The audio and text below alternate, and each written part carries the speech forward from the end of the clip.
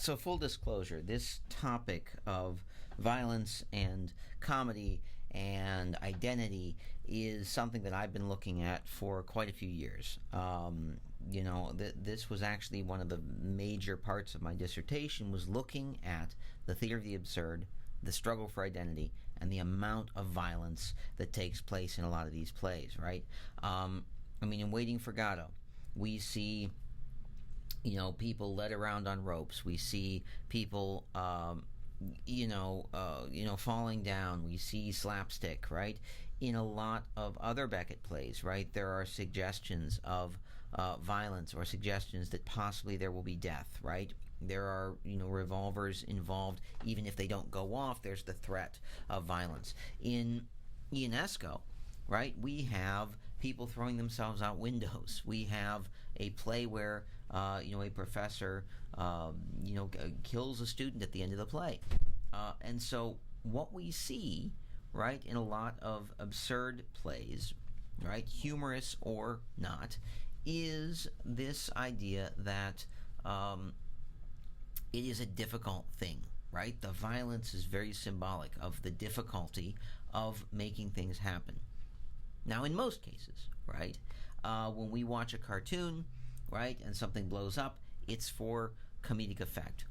Why is that? Why do we find it funny when, the Roadrunner and the Coyote, in their back and forth, end up, right, injuring the Coyote, flattening him with an anvil, having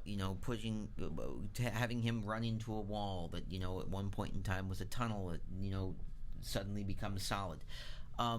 What is it about that makes us laugh in general? Or perhaps you're one of those people that watches these and says, it's just not for me, right? I don't find it funny. Well, a lot of this, right, does, of course, go way, way, way back, right? The idea of slapstick is, comes directly from a theatrical term where when puppets were supposed to be fighting each other on stage, right, there would be a stick that people would hit together that would make a noise so that it would sound like, right, a puppet was hitting another puppet, right? And this idea of violence, especially comedic violence, I think goes back to the idea that, again, somebody else's unhappiness or somebody's deserved unhappiness is funny to us, right? If the Roadrunner and the Coyote were, not necessarily natural enemies, they were simply sitting at a table together, and somebody were to come up and simply blow up, right, the Coyote, we would look at it and we would say, well, that's weird. Why did that happen, right? We always look for the pattern about why. Why does Tom and Jerry's relationship involve so much violence? Well, in general, that violence takes place when we are trying to show that this isn't going to work, right? This idea that, oh, there we go, thumbs up, apparently. Odd. The Roadrunner and the Coyote we find humorous because we know that the Coyote shouldn't be, apparently, right, pursuing the Roadrunner, and that all the ridiculous things that he does to try to get the Roadrunner, he deserves the ending, right? He thinks he's going to be cleverer than he is, and then ends up backfiring on him.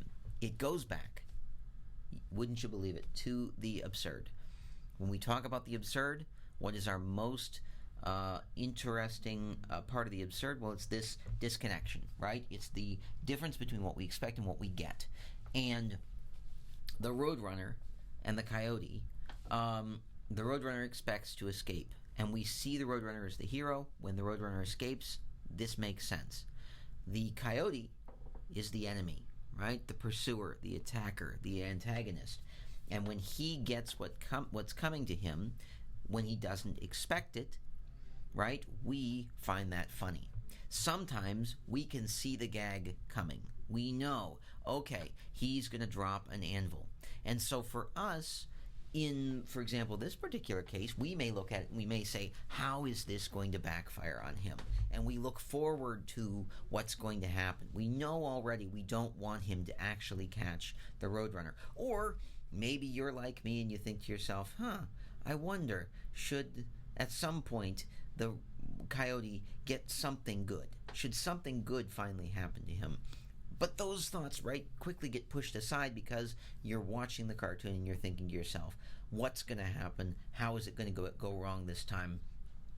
Anytime we see anybody paint a tunnel on a wall, we know that one of three things is going to happen, right? That either, right, a train is going to come out and is going to run over whoever is trying to, get into that tunnel.